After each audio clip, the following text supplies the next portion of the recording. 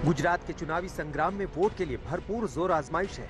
1 दिसंबर को वोटिंग है। उससे पहले अब दलित वोटों पर दावे के लिए दांवपेच शुरू हो गया है और इसमें नया दांव कांग्रेस ने चला है।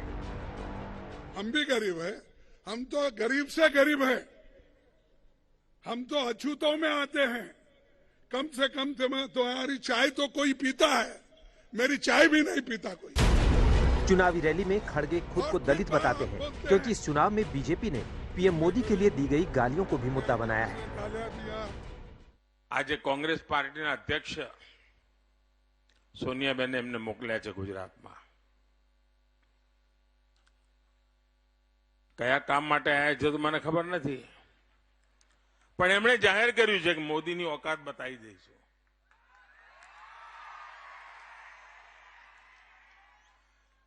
અહીં જે બધા લોકો છે, હું તમારામાંથી એવા જ સમાજમાંથી पैदा થયો છું, આપણી તો કઈ औकात હોય ભાઈ?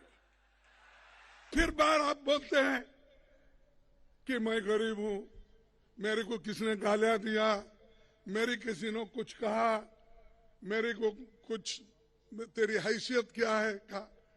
अरे ऐसे बात कह के अगर आप सिंपैथी जमाने की कोशिश करें तो लोग अब होशियार हो गए, उतने बेवकूफ नहीं है।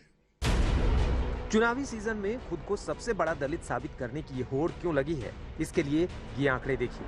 गुजरात में दलितों की आबादी करीब 8% है, लेकिन राज्य में 13 सीटें उनके लिए रिजर्व है। हालांकि गुजरात की 25 सीटों के नतीजे दलितों के वोट से तय होते हैं।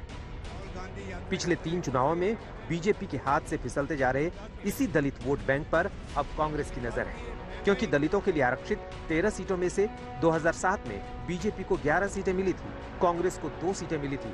2012 में बीजेपी को 10 सीटें मिली और कांग्रेस को 3 सीटें मिली थी। लेकिन 2017 के चुनाव में बीजेपी को सिर्फ 7 सीटें मिली और कांग्रेस 6 सीटों तक पहुंच गई।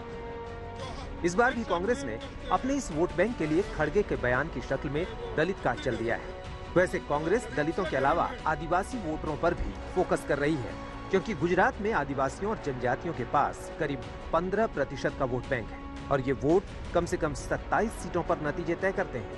इन सीटों में से कांग्रेस को 2007 में 14 सीटें, 2012 में 16 सीटें और 2017 में 14 सीटें मिली थी, जबकि बीजेपी को सिर्फ 9 सीट ही मिल पाई थी।